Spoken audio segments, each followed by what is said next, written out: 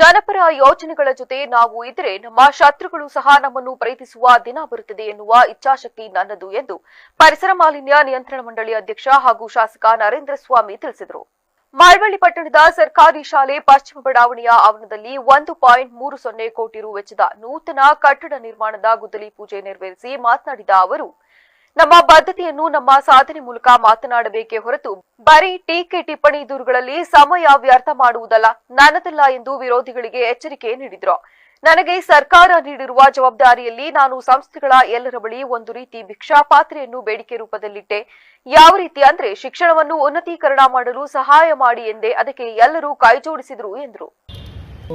ಒಂದು ಸಣ್ಣ ಗ್ರಾಮ ಆದರೂ ಹಿರಿಯ ಪ್ರಾಥಮಿಕ ಶಾಲೆ ಅಲ್ಲಿರ್ತಕ್ಕಂಥ SDMC ಮತ್ತು ಆ ಗ್ರಾಮದ ಹಲವಾರು ಶಿಕ್ಷಣದ ಬಗ್ಗೆ ಜವಾಬ್ದಾರಿ ಇರತಕ್ಕಂಥ ಹಳೆ ವಿದ್ಯಾರ್ಥಿಗಳನ್ನು ಸೇರಿದಂತೆ ಹಲವಾರು ಗ್ರಾಮಸ್ಥರು ಅದರ ಜವಾಬ್ದಾರಿಯನ್ನು ಉತ್ತಮವಾದಂಥ ಶಾಲೆಯಾಗಿ ರೂಪುಗೊಳ್ಳೋದಕ್ಕೆ ತಮ್ಮದೇ ಆದಂಥ ಒಂದು ಬದ್ಧತೆಯನ್ನು ಪ್ರದರ್ಶನ ಮಾಡ್ತೀವಿ. ಇದನ್ನು ಅರಿತು ಏಸ್ ಡಿಸೈನರ್ ಸಂಸ್ಥೆಯಿಂದ CSR ಅನುದಾನದ ಅಡಿಯಲ್ಲಿ 2 ಕೊಠಡಿಗಳನ್ನ ಅಲ್ಲಿಗೆ ನೀಡಲಿಕ್ಕೆ ಇವತ್ತು ಶಂಕುಸ್ಥಾಪನೆಯನ್ನು ಮಾಡಿದ್ದೀವಿ. ಅಲ್ಲಿ ಹೋಗಿ ನೋಡಿದಾಗ ಅಲ್ಲಿಗೆ ಶಾಲೆಗೆ ಜಾಗ ತುಂಬ ಇಲ್ಲ. ಹಾಗಾಗಿ ಮತ್ತೆ ಇನ್ನೊಂದು ಸಂಸ್ಥೆ ಜೊತೆಯಲ್ಲಿ ನಾನು ಅಲ್ಲಿಂದಲೇ ಮಾತಾಡಿದ್ದೀನಿ. ಅವರೊಂದು 4 ರೂಮು ಮತ್ತು ಇನ್ನೊಂದು ಈಗಿರ್ತಕ್ಕಂಥದ್ದು 2 ಒಟ್ಟಲ್ಲಿ 6 ರೂಮನ್ನು ಅಲ್ಲಿ ಒಂದೇ ಬಾರಿ ಒಂದು ಸ್ಥಾಪನೆ ಮಾಡಿಕೊಡೋದ್ರಿಂದ ಆ ಭಾಗದ ಗ್ರಾಮೀಣ ಬದುಕಿನಲ್ಲಿ ಗುಣಮಟ್ಟದ ಶಾಲೆಯನ್ನು ಸ್ಥಾಪನೆ ಮಾಡಿ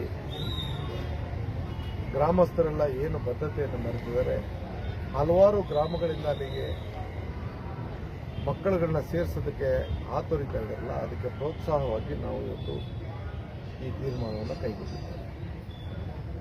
ಇದರ ಜೊತೆಯಲ್ಲಿ ನಮ್ಮ ಶ್ರೀನಿವಾಸ್ ಅವರು ನೆಸ್ಲೆ ಇಂಡಿಯಾ ಸಂಸ್ಥೆಯ ಪ್ರಮುಖರು, ಅವರು ಅಲ್ಲಿ ನಮ್ಮ ನೆಂಜನಗೂಡಿನ ಸಂಸ್ಥೆಯ ಹೆಡ್ ಅವರು ನಾನು ಹಿಂದೆ ಕೋರಿದಂಥ ರೀತಿಯಲ್ಲಿ ಈ ವೇಳೆ ಕ್ಷೇತ್ರ ಶಿಕ್ಷಣಾಧಿಕಾರಿ ಉಮಾ, ನೆಸ್ಲೆ ಇಂಡಿಯಾ ಸಂಸ್ಥೆಯ ಮುಖ್ಯಸ್ಥ ಶ್ರೀನಿವಾಸ್, ಮಾಜಿ ಪುರಸಭೆ ಸದಸ್ಯ ನೂರುಲ್ಲಾ ಸೇರಿದಂತೆ ಹಲವರು ಹಾಜರಿದ್ದರು.